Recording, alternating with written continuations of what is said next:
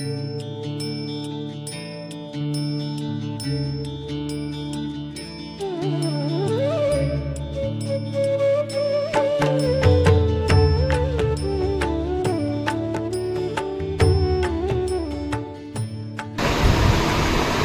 सुनने वालों को सभी को सादर जय जिनेश्वर देव की जय गुरुदेव।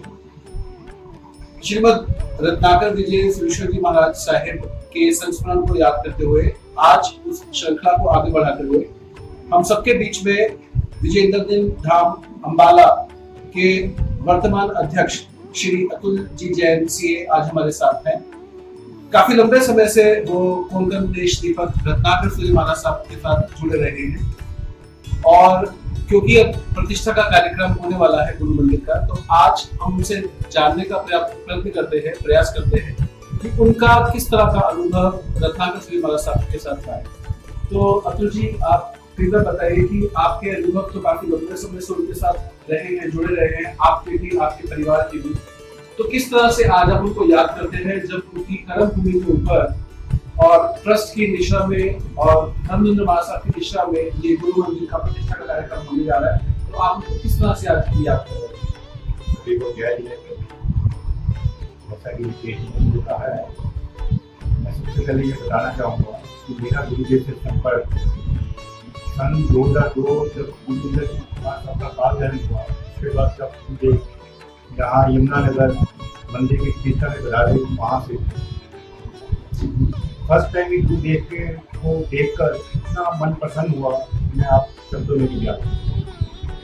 उसके बाद जैसे जैसे गुरुदेव के नजदीक आता गया, वो समाज का एक व्यू था कि गुरुदेव बहुत कड़क है, वो एक मन में बैठा हुआ था। लेकिन जैसे ही गुरुदेव के संपर्क में आया, मुझे पता लगा जितना गुरुदेव ऊपर से लोग कहते हैं कठोर है, उतना ही वो नरम है। कोई भी शंका का निवारण करना हो, मैं समझता हूँ कोई प्रश्न हम करते हैं उससे पहले ही आंसर हमारे पास उसके मन को सेटिस्फेक्शन मिलती है। तो एक दो दिन में हम मिलकर गुरुदेव की दिनचर्या का पता लग गया कि कैसे गुरुदेव। मैं समझता हूँ ऐसे गुरुदेव आज के समय मिलने बहुत मुश्किल, जिनकी कथनी और करनी एक समान, जो कहते थे उस पर अमल करते थे। कभी आज तक हमने उसको देखा, जितनी साधु जितनी वो कठिन पालते थे, कभी भी उन्हें आज तक पंखे का उपयोग नहीं किया। हमने देखा होगा कभी उन्होंने पंखा नहीं किया। और जहाँ तक उनके प्रवचनों का सवाल है, हमारा में उन्होंने 2-3 चातुर्मास किए। प्रवचन इतने प्रभावशाली होते थे। एक दो इंस्टेंस में बताता हूँ कि जब प्रवचन स्टार्टिंग में हमारा चातुर्मास हुआ, फर्स्ट डे या सेकंड डे की बात है, उन्होंने शुरुआत इससे की कि हमारा धर्म में श्रद्धा क्यों नहीं लगती। उन्होंने ये कहा कि हमारे जीव ने कभी ऐसा सोचा ही नहीं कि हम कहाँ से आए और कहाँ हमने जाना है। हमारे जीव, हमारी आत्मा, अगर आप इस पे बार बार सोचोगे तो आपकी धर्म के प्रति श्रद्धा दूर जगेगी। भी आप ये सोचोगे हमने कहाँ से आया है, कहाँ जाना है और हमने सदगति, दुर्गति से सदगति पे कैसे जाना है। इस पे आप विचार करोगे, आत्ममंथन करोगे, तो डेफिनेटली आपकी धर्म से चिंता बने। तो ये बहुत बड़ा उनका विचार पसंद आया। और दूसरा, उन्होंने जब पर्व प्रयोजनों में, मैंने आज से कभी व्रत शायद ही किया हो, क्योंकि चाय दिन में 8-10 बार मैं पीता हूँ। तो जब उन्होंने 28 से पहले ये कहा कि हमारे तप का कितना महत्व है, तब से हम कितने निकाचित कर्म को क्षय कर सकते हैं। तो उन्होंने कहा कि देखो हमारे जीव में कितनी बार हजारों लाखों सालों में हम खाते आए हैं, कभी हमारा पेट भरा नहीं भरा। तो हमें तप के प्रति हमें अपनी श्रद्धा जगानी चाहिए और करना चाहिए। तो उसका ऐसा प्रभाव पड़ा कि मैंने तेला किया, उसके बाद खीर का वो जो होता है तेला 28 से पहले वो, उसके बाद साथ ही 28 की, तो बड़ी अच्छी 28 मेरी हुई।